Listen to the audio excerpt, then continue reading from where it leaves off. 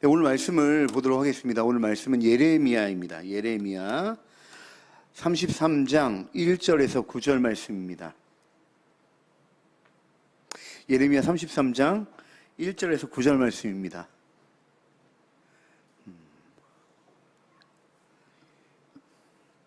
찾으셨나요? 네, 우리 교독하시고 9절만 합독하시겠습니다. 제가 먼저 읽을게요. 예레미야가 아직 시위대 뜰에 갇혀 있을 때에 여호와의 말씀이 그에게 두 번째로 임하니라. 이르시되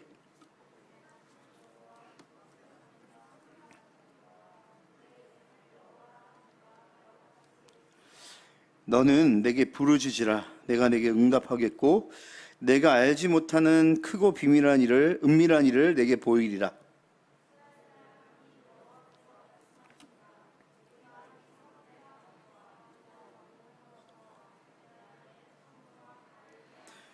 싸우려 하였으나 내가 나의 노여움과 분함으로 그들을 죽이고 그들의 시체로 이 성을 채우게 하였나니 이는 그들의 모든 악행으로 말미암아 나의 얼굴을 가리어 이 성을 돌아보지 아니하였음이라.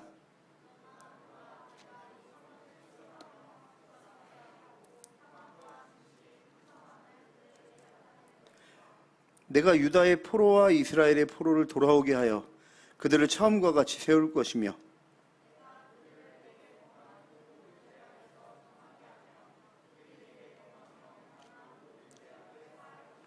다 같이 하시겠습니다. 이 성읍이 세계 열방 앞에서 나의 기쁜 이름이 될 것이며 찬송과 영광이 될 것이요 그들은 내가 이 백성에게 베푼 모든 복을 들을 것이요 내가 이 성읍에 베푼 모든 복과 평안으로 말미암아 두려워하며 떨리라. 아멘. 오늘 본문의 말씀 중에 이 서두에 있는 말씀, 예레미야 33장 2절, 3절에 관한 말씀들, 이런 부분들이 여러분이 혹시나 많이 또 외우시기도 하시고 많이 아시는 부분일 거라고 생각을 합니다. 저는 이제 주일학교 다닐 때 많이 들었던 말씀이고, 또 예전에 제가 그 어린이 전도협회에서 전도 이렇게 할 때, 3일 클럽이나 이런 거 할 때 그 말씀 챈트로 달달 외워서 썼던 본문이기도 합니다.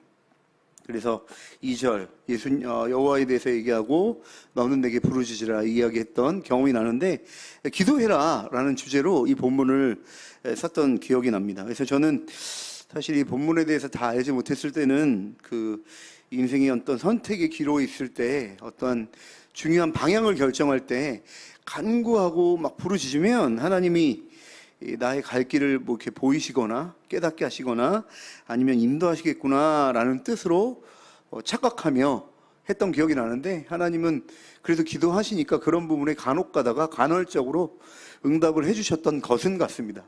근데 진리는 아닌 것 같아요, 보니까.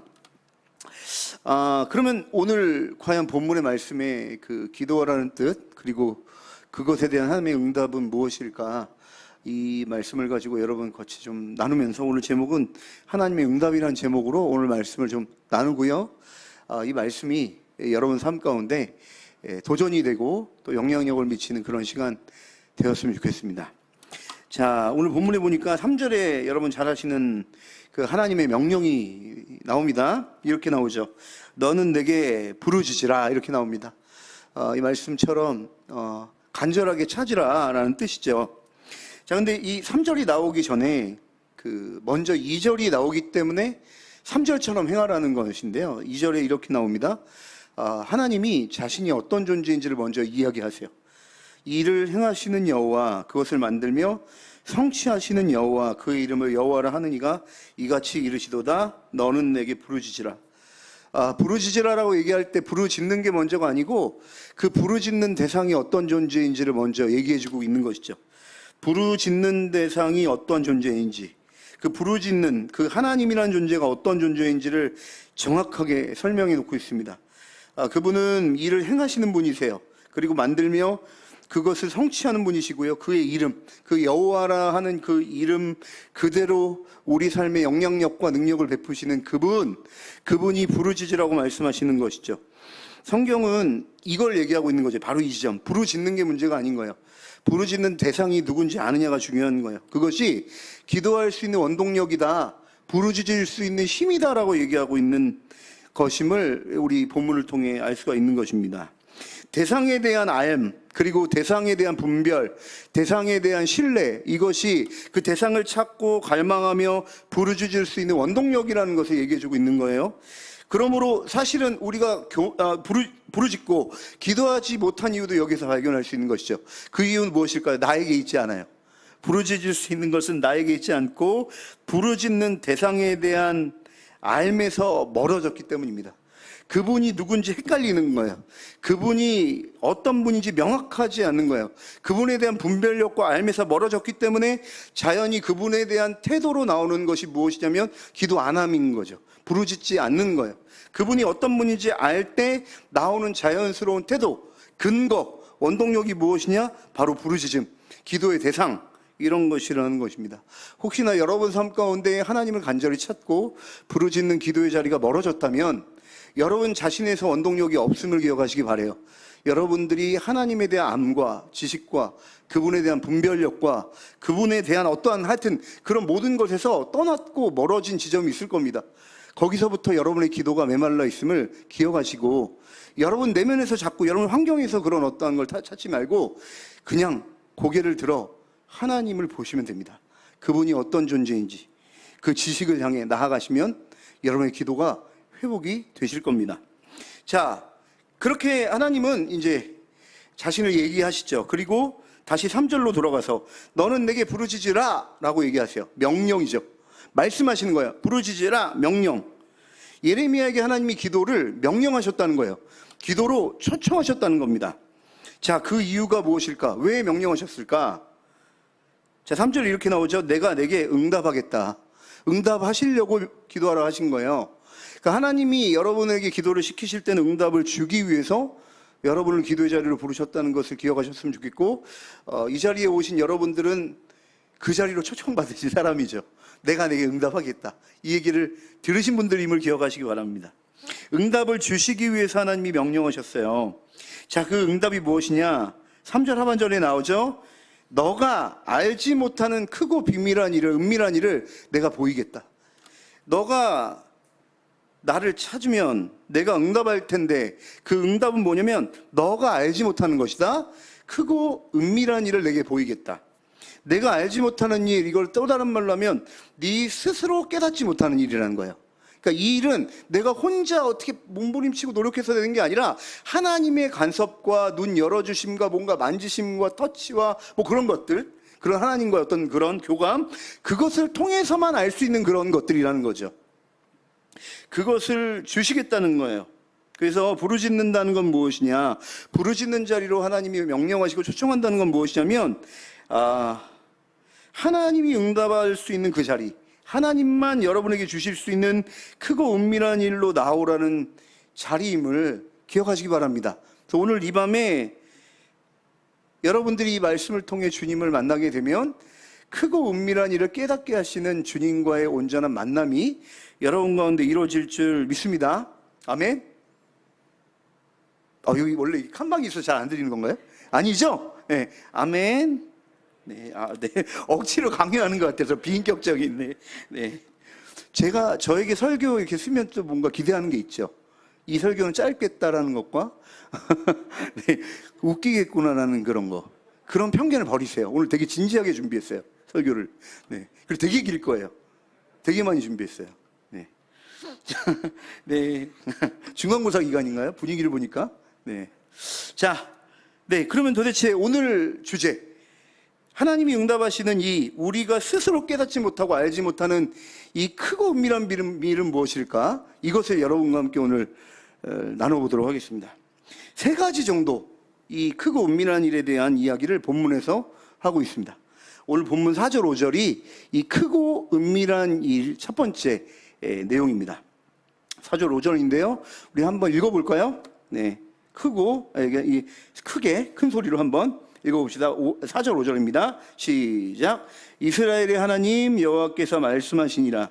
무리가 이 성읍에 가옥과 유다 왕궁을 헐어서 갈대아인의 참호와 칼을 대항하여 싸우려 하였으나 내가 나의 노여움과 분함으로 그들을 죽이고 그들의 시체로 이성을 채우게 하였나니 이는 그들의 모든 악행으로 말미암아 나의 얼굴을 가려 이성을 돌아보지 아니하였습니다. 아멘. 유다가 멸망했는데 유다가 멸망한 그 이유를 보여주시는 거예요. 이게 크고 은밀한 일의 첫 번째입니다. 첫 번째 단계. 유다가 오늘 본문의 내용 4절 5절에 보니까 유다가 굉장히 열심으로 바벨론의 침략을 대항해서 자신의 힘으로 성벽을 지키려 했다는 것을 보여주고 있어요. 근데 결론적으로 그들이 자신의 힘으로 자신의 성벽을 바벨론 침입에 지키려고 했지만 멸망했다라는 걸 얘기해주고 있습니다. 그러면서 그 이유를 정확하게 설명을 하는데 5절에 그 이유가 나와 있습니다. 이렇게 얘기를 해요. 그 이유, 멸망의 이유를 이렇게 얘기해요. 나의 얼굴을 가려 이성을 돌아보지 않았다. 그러니까 하나님이 안 돌보셨대요. 그게 멸망의 이유예요. 그러니까 이 멸망의 이유가 그들의 능력의 부족함과 강함에 있지 않고 하나님이 안 돌보셨대요. 그게 유다가 아무리 열심으로 노력해도 바벨론의 침입에 멸망할 수밖에 없었던 이유입니다.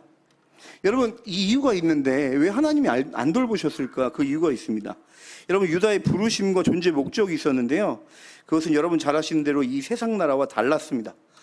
유다의 유일한 왕이 하나님이셨어요. 그래서 유다의 왕이 하나님이셨는데 그 하나님이심으로 온 열방에 드러내는 그 삶으로 그 정체성으로 유다를 하나님이 열방 가운데 부르셨어요. 그래서 하나님의 백성으로 사는 삶을 살아야 되는 거예요. 그러니까 세상과는 다른 삶이죠. 거룩한 삶. 세상의 원칙과 방향과는 다른 하나님의 말씀에 순복하고 하나님 말씀에만 따르는 구별된 삶, 거룩한 삶으로 초청한 것인데 그들이 하나님을 경배하고 그분을 의지하고 그 말씀에 순종함으로 말미암아 어떤 일이 일어났냐면 온 열방에 이 하나님 나라의 통치와 하나님이 어떤 일인지를 이렇게 드러내는 그 일 때문에 하나님이 이스라엘 그리고 유다를 열방 가운데 심으시고 부르신 거예요. 그게 이제 거룩한 삶인 거죠. 자, 근데 이런 거룩한 백성의 삶을 살 수 있는 힘은 무엇이냐면 하나님에 대한 연합이에요. 그리고 그분에 대한 온전한 신뢰입니다. 그래서 그분을 사랑하고 그분과의 신뢰 관계에 있을 때만 자연스럽게 나오는 건강한 태도가 뭐냐면 그분을 경배하고 그분을 의지하고 그분의 말씀에 순종하는 삶으로 나타나는 것인데 그게 아니었다는 것이죠. 그래서 여기 본문에 보면 무엇이라고 얘기하는 것이냐면 유다의 강건함이 무엇이냐면 유다 스스로의 실력이 아니라는 거예요. 하나님과의 관계에 있다라는 거죠. 그것을 오늘 본문은 이야기하고 있는 것입니다. 이러한 원리는 신약의 교회인 그리고 교회 공동체인 성령의 교회 공동체인 우리에게도 동일하게 적용되는 원리입니다. 이 세상의 가치를 따르지 않고 하나님을 신뢰하고 하나님을 경배하고 의지함으로 거룩한 백성의 삶, 그것을 통해 하나님 나라를 드러내는 그 삶으로 하나님이 우리를 이 땅에 심어놓으셨다는 것을 기억하시기 바랍니다. 그래서 본문은요, 하나님께서 유다를 돌보시지 않는 이유를 5절에 이어서 이렇게 설명을 하고 있는 거예요. 5절에 보니까 이렇게 나옵니다. 그들의 모든 악행으로 말미암아 내가 그들을 돌보지 않았다. 죄 문제가 있었던 거예요. 죄. 유다 백성의 모든 악행으로 말미암아 하나님이 그들을 돌보지 아니하셨기 때문에 그들이 전쟁 가운데 실패할 수밖에 없었고 멸망할 수밖에 없던 이유였다는 것을 이야기하고 있는 것이죠. 자, 유다의 죄는 이런 것이었어요. 하나님 없이 자신들의 힘으로만 사는 삶을 살았다는 것입니다. 이미 유다는 너무나도 죄가 가득 찬 상태였어요. 그래서 스스로의 힘으로는 어찌할 수 없었던 유다였고 하나님은 그런 유다에게 예레미야를 통해서 바벨론에 항복하고 대항하지 말고 항복해서 그 생명을 보존하고 하나님의 플랜에 따라 이 유다가 이 죄를 잘 70년 동안 잘 갈무리하여서 다시 거룩한 백성으로 하나님이 좀 다시 깨끗하게 일하실 수 있게끔 하나님이 원하는 대로 좀 나아와라라고 말씀을 반복적으로 하셨지만 이미 유다는 죄가 관영해서 하나님 말씀을 분별할 수도 없고 들을 수도 없는 상태였어요. 그래서 그들 스스로 살 길을 마련하죠. 처음에는 자기 힘으로 살려고 하다가 이제는 바벨론에 대항하여 하나님 가지 말라고 했던 애굽을 찾기 시작하고 뭐 그렇게 스스로 하나님 말씀과 반대되는 삶을 살기 시작하면서 결국엔 멸망의 길을 가는 모습을 볼 수가 있습니다. 여러분, 크고 은밀한 일의 첫 번째 하나님의 이 응답은 무엇이냐? 여러 분주한 상황 속에서도 우리의 본질적인 문제를 직시하게 하고 깨닫게 한다는 거예요. 바로 죄 문제를 직시하게 하는 것입니다. 우리의 실제적인 하나님과의 문제가 어디 있는가를 주님은 깨닫게 하시는 것이죠. 이것은 우리 스스로 알 수 있는 것이 아니라 하나님이 우리에게 부르짖으라 명령할 때, 그리고 응답하실 때 우리의 눈을 열어서 깨닫게 하는 부분이라는 사실을 우리 성경은 이야기해주고 있는 것이죠. 제가 어느 날 이렇게 사역지에 가서, 지금 여기 이제 지금의 사역지는 아니고요, 전라도 광주에 이렇게 내려가서 이제 사역을 하는 중에 이렇게 마음이 이렇게 냉랭해서 그날도 쉼없게 이렇게 기도를 하고 있는데, 그냥 불현듯 하나님이 한 장면을 떠올리게 하시는 거예요. 그게 무엇이냐면, 저는 그렇게 생각하지 않았는데 제가 아내랑 관계가 너무 냉랭하다라는 사실을 그냥 기도하다가 상상 가운데 이렇게 깨닫게 하신 거예요. 근데 그게 좀 더 생각이 더 이렇게 확장이 돼서, 내가 그러니까 예를 들어 아내가 이런 얘기를 할 때 진정성 있게 때로는 이렇게 마음을 열어서 반응한 게 아니라, 이제 아내가 막 얘기를 하면 저는 핸드폰을 하고 있거나, 아내가 막 얘기를 하면 저는 뭐 딴 생각하고 있는 뭐 그런 걸 얘기하는 거예요. 그래서 저는 그걸 깨닫지 못하다가 기도하는데 그게 좀 깨달아졌어요. 내가 아내를 좀 너무 이렇게 인격적으로 진정성 있게 쳐다보면서 대하지 않는구나라는 걸 깨달았는데, 좀 더 생각이 확장이 됐어요. 내가 모든 사람을 그런 식으로 요즘 대하고 있구나라는 걸 깨달았어요. 내가 아이들도 내 목적만 생각하고 내 계획에 따라서 얘네들 어떻게 할까만 생각하지, 내가 눈과 눈을 마주치면서 얘네들의 마음을 좀 읽고 얘네들이 뭘 원하는지, 뭐 이런 어떤 진정성 있는 이런 만남, 이런 게 내 삶에 되게 꽤 없어진 지 오래됐구나라는 생각을 좀 하게 되다가 제가 왈칵 눈물이 나는 지점이 있었습니다. 마지막에 하나님이 저를 이끄시는 장면이 뭐냐면, 제가 예수님을 대하는 태도였어요. 그러니까 내가 아내를 대하는 태도, 내가 사람을 대하는 비인격적, 그러니까 막 이렇게 눈은 바라보고 있으나 입으로 막 추임새는 하고 있으나 아무런 마음을 이렇게 열어주지 않는 그런 태도를 누구한테 하고 있었냐면, 제가 예수님한테 그렇게 하고 있더라고요. 예수님한테도 여전히 그분을 이용하지만, 그분을 사역 때문에 기도하러 나오지만, 여전히 그분과의 만남 가운데 눈과 눈을 마주치면서 그분께 내 마음을 열어드리고 그분의 마음을 이해하고 그분의 뜻을 내 온몸으로 받아들이는 그 진정성 있는 만남이 어느샌가 되게 많이 없었구나라는 걸 깨달으면서 그 자리에서 너무 많이 회개했고, 내가 아내를 대하는 그 태도, 그리고 사람들 대하는 그 태도에 그 힘이 없었던 이유, 내가 그럴 수밖에 없었던 이유가 뭐냐면, 내가 예수님과의 관계 가운데 진정성 있는 만남이 회복이 안 되니까, 그 본질적인 문제가 회복이 안 되니까 내가 사람들에게 있어서도 그렇게밖에 대할 수 없는 사람이었구나라는 그런 어떠한 본질적인 문제에 직면하게 되니까, 거기서 온전한 그 터져나오는 그 간헐적으로 터져나오는 회개, 터져나오는 그 회복이 그 자리에서 있었고, 그런 회개가 있고 나서의 설교와 또 어떠한 주의 사역은 언제나 또 충만하지 않겠습니까? 또 그것을 통해서 또 회복되는 역사가 있었던 것이 기억납니다. 사랑하는 여러분, 주님이 여러분을 이 자리에 부르십니다. 본질적인 문제로 부르세요. 하나님과의 관계에 대한 문제로 여러분을 부르십니다. 여러분 스스로는 깨닫지 못하지만 이 시간 여러분 부르신 하나님께서 하나님과의 본질적인 문제, 죄 문제, 우리가 예수님을 어떻게 대하는지, 하나님을 어떻게 대하고 있는지를 깨닫게 하실 줄 믿습니다. 그게 크고 은밀한 일의 첫 번째 단계라는 것을 오늘 본문으로 이야기해주고 있습니다. 두 번째입니다. 두 번째, 크고 은밀한 일의 두 번째, 6절부터 8절 말씀입니다. 우리 한번 다 같이 한번 읽어보실까요? 시간이 많이 안 갔네요. 네. 큰일이네요. 네. 자, 기도를 많이 하면 되죠. 네. 자, 6절에서 8절입니다. 우리 큰 소리로 한번 읽어볼까요? 시작. 그러나 보라, 내가 이 성읍을 치료하며 고쳐 낫게 하고 평안과 진실이 풍성함을 그들에게 나타낼 것이며, 내가 유다의 포로와 이스라엘의 포로를 돌아오게 하여 그들을 처음과 같이 세울 것이며, 내가 그들을 내게 범한 그 모든 죄악에서 정하게 하며 그들이 내게 범하여 행한 모든 죄악을 사할 것이라. 아멘. 두 번째, 크고 은밀한 일의 두 번째 응답, 주님이 온 이스라엘을 회복하시겠다는 메시지입니다. 6절에 보니까 이 성읍을 치료하겠다, 고쳐 낫게 하겠다. 7절에 보니까 포로를 돌아오게 하겠다, 그들을 처음과 같이 만들겠다. 8절, 이 모든 죄악을 사하겠다. 다시 회복시키시는 하나님의 모습을 볼 수 있어요. 이것을 바라보면 그 회복의 이유가 어디 있겠지. 어딘가 우리에게 뭔가 노력을 했나, 유다가? 바벨론의 포로로 가서 뭔가 이들이 했나? 라고 성경은 얘기하지 않는다는 거예요. 그 회복을. 자, 6절에 보니까 이런 구절이 있습니다. 그 회복의 근원, 이유를 이렇게 얘기를 해요. 6절에 보니까 제가 한번 읽어드릴게요. 내가 이 성읍을 치료하며 고쳐 낫게 하고 평안과 진실이 풍성함을 그들에게 나타낼 것이며, 여러분, 바로 이게 하나님이 온 이스라엘을 회복하신 이유입니다. 하나님이 어떤 분이시다? 평안과 진실이 풍성하신 분이기 때문에 그들을 고치고 낫게 한다는 거예요.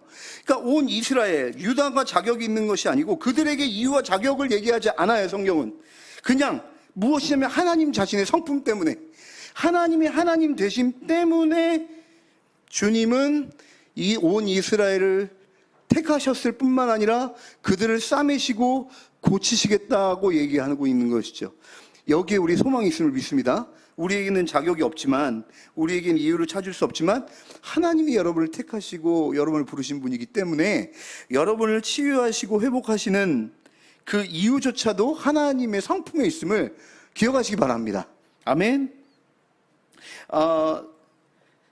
제가 20대 중반 때 이렇게 죄를 지어서 쉼없이 그냥 옆에 이제 침대에 이렇게 멍하니 앉아 있는데, 그때 이제 갑자기 불현듯 어떤 한 장면을 이렇게 떠오르게 하셨어요. 그것이 무엇이냐면 어떤 거냐면 이거였어요. 예수님이 땀을 뻘뻘 흘려가면서 그 성경에 보면 성전 정화 운동 아시죠? 예수님이 막 성전의 상을 뒤엎으시면서 막 그 성전을 정화하시는 막 그 예수님의 모습을 이렇게 보여주시는 거예요. 근데 제가 그 모습이 어떤 모습인지 적용이 확 됐어요. 그게 뭐냐면 그 성전이 제 마음이었던 거예요. 제 마음. 근데 내가 성전인데, 주님이 거하시는 성전인데, 내가 내 세상의 유혹과 어떤 욕심과 그런 어떠한 것들, 내 안에 연약함 때문에 하나님이 온전하게 계셔야 될 성전인 내가 잡다한 여러 가지 많은 유혹과 여러 가지 많은 분주한 것들이 가득 차 있는 거예요. 근데 그것을 누가 청소하고 계셨냐면 예수님이 나가라고, 문현이한테 나가라고 막 이러면서 땀을 뻘뻘 흘리면서 그 성전을 막 치우시고 계시는. 그러니까 어떤 생각이 들냐면, 예수님이 나보다도 더 나를 사랑하시는 분으로서 내가 어떨 때 가장 힘이 없고 어떨 때 가장 원동력이 없는지, 나의 어떠한 그런 무기력하게 나를 좀먹는 죄의 문제가 무엇인지에 대해서 더 괴로워하시고 아파하시는 분이시구나라는 것을 깨달으면서 그 모습을 직시하게 됐고, 거기서 다시 회복할 수 있는 힘을 얻게 되었습니다. 사랑하는 여러분 자신으로는 답이 없죠. 우리 스스로는 힘이 없습니다. 그러나 여러분을 사랑하시고 평안과 진실이 풍성하신 그분이 여러분에 대한 누구보다도 잘하실 뿐만 아니라 여러분들에 대한 열심과 여러분들을 거룩하게 하고자 하는 능력 있는 분, 그리고 여러분에 대한 여러분보다 더 큰 열정이 있는 분이라는 사실을 기억하시기 바랍니다. 그럴 때 우리가 주님께 나올 수 있는 힘, 다시 일어날 수 있는 소망을 얻게 될 것입니다. 그러므로 우리가 기도할 때 하나님의 응답으로 말미암아 우리는 어떤 것을 알게 되냐면 자격 없는 우리를 포기하지 않고 끝까지 사랑하시는 평안과 진실이 풍성한 하나님의 깊은 사랑을 알게 되고 깨닫게 되는 것이죠. 이것이 오늘도 우리가 일어날 수 있는 원동력이 될 것입니다. 이 하나님의 응답이 오늘 여러분 가운데 있기를 원합니다. 세 번째입니다. 하나님이 크고 비밀한 일, 은밀한 일, 세 번째 응답은 이것입니다. 9절인데요. 자, 한번 읽어볼까요? 9절 말씀 한번 읽어보도록 하겠습니다. 시작. 이 성읍이 세계 열방 앞에서 나의 기쁜 이름이 될 것이며 찬송과 영광이 될 것이요, 그들은 내가 이 백성에게 베푼 모든 복을 들을 것이요, 내가 이 성읍에 베푼 모든 복과 모든 평안으로 말미암아 두려워하며 떨리라. 여러분, 이 말씀 세 번째 무엇인가? 하나님이 어떤 일을 이루실 것인가를 얘기해 주고 있는데, 온 이스라엘을 회복해서 치료하실 것이죠. 이 이야기, 이 하나님이 행하신 일에 대한 이야기를 온 세계 열방이 알게 될 것이라는 사실입니다. 여러분, 하나님이 이스라엘을 부르신 원래 목적이 있었어요. 그게 출애굽기 19장 5절에서 6절 말씀이죠. 이렇게 나와 있죠. 세계가 다 내게 속하였나니, 그 세계가 주님 것인데, 그 세계 중에서 그 세계가 주님 것인데 그 안에 있는 하나님이 부르신 이스라엘 백성의 그 존재 목적을 여기서 설명을 해주고 있는데, 이렇게 얘기해요. 너희가 내 언약을 지키면 너희가 내 소유가 되겠고 제사장의 나라와 거룩한 백성이 되리라. 이렇게 얘기하고 있습니다.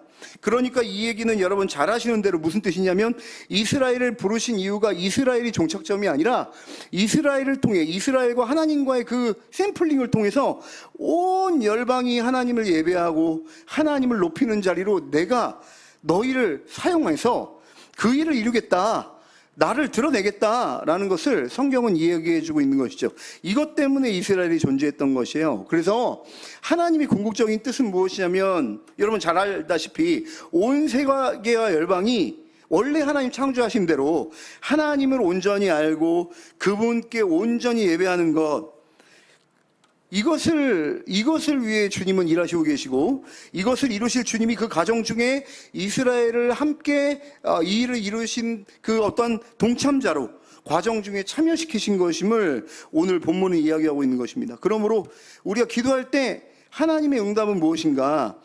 결국 우리의 회복을 넘어서 온 세계와 온 만물이 예배받기 합당한 주님을 다시 예배하고 찬양하게 될 것이라는 그 일, 그것을 깨닫게 하신다는 것임을 성경은 이야기해주고 있는 것이죠. 하나님의 이런 계획, 온 열방이 주님을 예배할 것이라는 이 계획에 우리의 눈이 열리고, 우리도 그 일에 부르심을 받았다, 이스라엘 백성처럼 이 사실을 깨달아 알게 하시는 것, 그것이 무엇이냐면 하나님이 우리에게 알게 하시는 세 번째 응답, 크고 은밀한 일, 세 번째 일이라는 사실을 성경은 이야기해주고 있는 것입니다. 그러므로 이 세 가지요, 이 하나님의 응답 세 가지, 크고 은밀한 일 세 가지는 무엇이냐? 죄에 대한 우리의 철저한 대면, 그리고 그것에 대한 주님의 심판, 그리고 그 안에서 주님의 성품으로 말미암아 우리를 다시 회복시키시고 구원하시는 것, 그리고 그런 하나님의 우리 죄에 대한 어떠한 징벌과 그리고 그곳에서 회복시켜 주시는 그 하나님의 행하시는 그 일이 온 세계에 선포되어 우리 하나님이 예배받으시고 높임받는 그 일, 이것이 하나님이 우리에게 부르짖으라 명령하신 이유고, 그것을, 그 하나님의 계획을 우리 가운데 나누고 깨닫게 하시겠다. 그래서 주님이 오늘 기도하라, 부르짖으라고 응답하시겠다고 명령하신 이 세 가지 이유라는 사실을 오늘 성경에서는 이야기하고 있는 것입니다. 여러분, 사실은 근데 이 내용은요, 이 세 가지, 죄에 대한 것, 그리고 죄에서 회복해서 구원하시겠다는 것, 그리고 그에 대한 모든 일이 온 세계에 선포된 이 세 가지 일은 사실은 여기서만 얘기한 것이 아니라 이것을 명확하고 분명하게 가르치는 어떤 한 대상과 이것이 명확하게 이루어진 사건이 있습니다. 그것이 바로 누가복음 24장 45절에서 48절에 등장하는데요. 우리 중요한 구절이니까 우리 한번 읽어보도록 하겠습니다. 누가복음, 네, 나오네요. 예. 누가복음 24장 45절에서 48절에 이 모든 내용이 성취되고 또 이루어지는 과정이 정확하게 등장하는데, 이 본문은 여러분 잘 아시는 대로 예수님이 당시에는 신구약이 다 있지 않았고 구약만 있었으니까 예수님이 자신에 대한 이야기를 구약 성경을 요약하고 해석해서 풀어주는 장면이 45절에서 48절의 내용입니다. 우리 한번 읽어볼까요? 시작. 이에 그들의 마음을 열어 성경을 깨닫게 하시고, 또 이르시되 이같이 그리스도가 고난을 받고 제3일에 죽은 자 가운데서 살아날 것과 또 그의 이름으로 죄사함을 받게 하는 회개가 예루살렘에서 시작하여 모든 족속에게 전파될 것이 기록되었으니 너희는 이 모든 일의 증인이라. 아멘. 여러분, 이 세 가지가 여기에 모든 것이 이루어져 있고 그리고 이루어질 것을 기록하고 예수님이 성경을 풀어서 설명해 주고 있죠. 여기 보니까 우리 죄에 대한 심판과 회복이 다 들어가 있어요. 46절에 보니까 또 이르시되 이같이 그리스도가 고난을 받고 제3일에 죽은 자 가운데 살아날 것과. 여러분, 예수님이 왜 십자가의 고난을 받으셨냐면 우리의 죄를 대신해서 예수님이 십자가로 대신 대속하셨고, 그 예수님의 십자가 부활을 믿는 우리가 이 죄 대신 심판받으신 예수님 때문에 그 예수님을 믿음으로 연합이 되어 그 예수님이 행하신 일이 우리 것이 됨으로 말미암아 다시 예수님으로 말미암아 온전한 회복을 이루었다라는 그 일의 성취가 예수님 자신이 이루었다는 것을 예수님이 오늘 얘기해주고 있는 것이죠. 그리고 47절, 이 행하신 일, 예수님이 하나님의 부르심으로 말미암아 보내심으로 말미암아 이 땅에서 이루신 이 죄와 회복의 이 일이 47절에 보니까 이렇게 이루어져요. 또 그의 이름으로 죄사함을 받게 하는 회개가 예루살렘에서 시작하여 모든 족속에게 전파될 것이 기록되었으니. 여러분, 아까 얘기했던 예레미야 33장 9절 말씀에 어떤 일이 기록되어 있죠? 하나님께서 온 이스라엘을 회복할, 죄를 용서하고 회복한 그 일이 온 세계 민족 가운데 선포되고 그들이 그 얘기를 듣고 무엇을 한다고요? 두려워 떨며 하나님을 경배한다라고 얘기하고 있어요.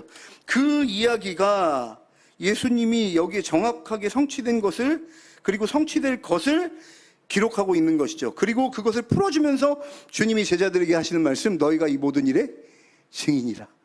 그러므로 신약의 교회는 사실은 증인으로 부름받은 거잖아요. 예수님이 자신의 정체성을 구약 성경을 통해 풀어주셨던 이 일, 그리고 3년 동안 예수님이 하신 그 일을 깨닫게 하시는 것을 통해 너희가 이 일의 증인이라. 죄에 대한 심판, 그리고 회복, 그리고 이것을 통해 다시 한번 온 민족에게 이 하나님이 행하신 일이 흘러감으로 말미암아 다시 그들이 주님께로 돌아와 그분에게 합당한 예배를 드리고 그분에게 합당한 영광을 돌리는 그 일 때문에 너희들이 이 교회에 동참하는 존재가 되었다라는, 증인으로 부름받았다라는 그 일, 그것이 예수님이 오늘 본문 성경 오늘 누가복음을 통해서 우리에게 다시 한번 이 성취되고 그리고 성취될 것을 이야기하고 있는 것이죠. 여러분, 그러므로 이 예레미야의 부르짖음에 대한 이 하나님의 응답, 크고 은밀한 일은 무엇일까?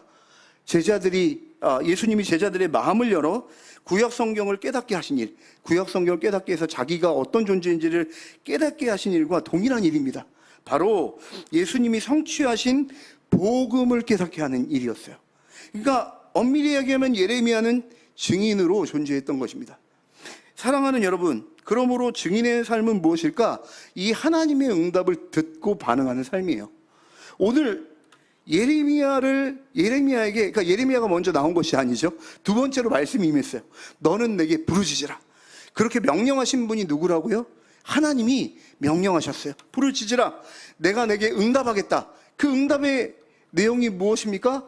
바로 이 하나님께서 하실, 예수님이 성취하신 이 복음의 비밀을 우리에게 알게 하시려고 주님은 오늘 이 시간 그 자리로 우리를 초청하고 계시는 것을 오늘 성경을 통해서 확인할 수 있는 것입니다. 사랑하는 여러분, 우리가 예수님의 제자로서 증인된 삶으로 초청받았다는 것을 아는 존재입니다. 그런데 제 삶을 보니까 또 혹시나 여러분 삶을 한번 이렇게 반추해 보시고 생각해 보시면, 왜 우리는 그렇게 이 성경에서 얘기하는 이 복음에 합당한 증인으로서의 삶을 온전하게 살지 못하는 것일까? 왜 우리는 이 온 만물이 하나님을 예배하고 그분의 것을 회복되는 일에 이렇게 지독하게 관심이 없는가? 왜 그것에 우리의 삶을 드리지 못하는가라는 어떠한 그런 물음표가 끊임없이 우리 가운데 있다라는 것이죠. 그럴 때 오늘 이 본문의 말씀, 하나님이 우리를 요청하신 자리, 하나님의 응답이 있는 자리로 나오시기 바랍니다. 오늘 하나님이 예레미야에게 요구하신 것은 한 가지입니다. 너는 내게 부르짖으라. 왜냐? 내가 너에게 응답하길 원한다. 그 응답은 무엇이냐면 우리의 앞길 정도 보여주는 정도의 응답이 아니었어요. 우리의 가정이 잘 먹고 잘 사는 정도의 응답이 아니었어요. 그것은 무엇이냐면 하나님의 장엄한 계획, 그 일에 네가 참여하라 라는 부르심의 응답이었다는 사실. 우리 모든 죄에서 회복하여 주님께 합당한 예배를 드리는 온 열방이 회복되고 온 만물이 주님의 영광에 참여하는 그 하나님의 원대한 계획에 우리의 눈을 열고 우리의 마음을 열어주시려는 하나님의 위대한 계획이 있으셨기 때문에 오늘도 주님은 예레미야에게 말씀하시는 것이죠. 너는 오늘 내게 부르짖으라. 내가 내게 응답하겠다. 사랑하는 여러분, 왜 우리가 증인으로 삶을 온전하게 살지 못하는가? 이 하나님의 부르심에 우리가 합당에 반응하여 그 응답에 귀를 기울이고 생각할 수 있는 자리로 여러분의 시간을 드리고 계십니까? 그 응답을 생각하고 그 응답을 반추하며 그 응답을 고민할 수 있는 자리로 여러분이 분주한 삶 가운데 가장 우선순위 되는 그 가치로 여러분의 삶을 드리고 계십니까? 그러지 않으면 우리 스스로, 여기 보니까 너가 알지 못하는 우리 스스로에게 이 증인됨이 나올 수 없다라는 것을 얘기해주고 있죠.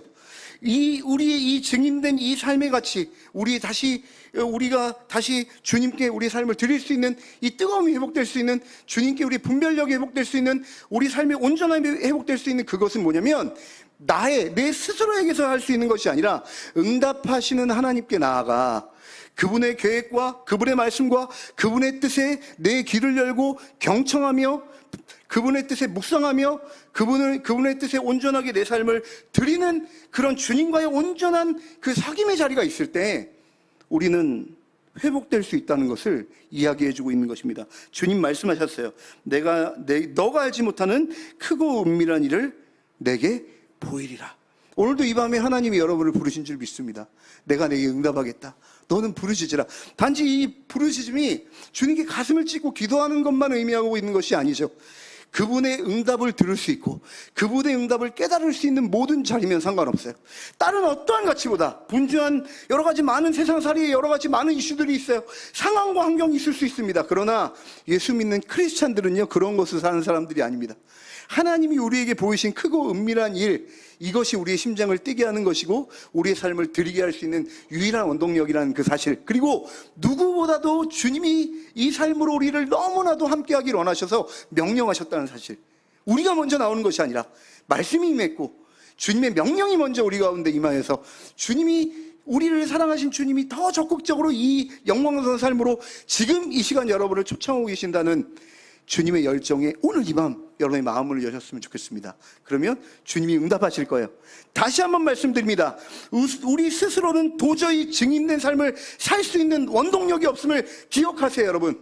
하나님이 우리 가운데 터치하시고 말씀하시고 눈을 열어주시고 깨달아야만 여러분이 그토록 살기 원하는 온 열방이 하나님께 돌아오는 이 증인된 삶의 과정에 삶을 드릴 수 있다는 이 사실을 깨닫고 이 밤 겸손함에 주님께 나오는 그런 시간 되었으면 좋겠습니다. 우리의 눈을 열어 믿음의 눈이 주님의 은혜로 열어줘서 오늘 하나님의 그 위대하고 원대한 뜻이 깨달아지는 마음, 그 일에 우리의 마음이 뛰고 우리의 삶을 드릴 수 있는 힘을 달라고 이 밤 간절하게 구하고 나아가는 그런 시간 되기를 간절히 원합니다. 아멘. 우리 이 시간 찬양하며 나갈까요?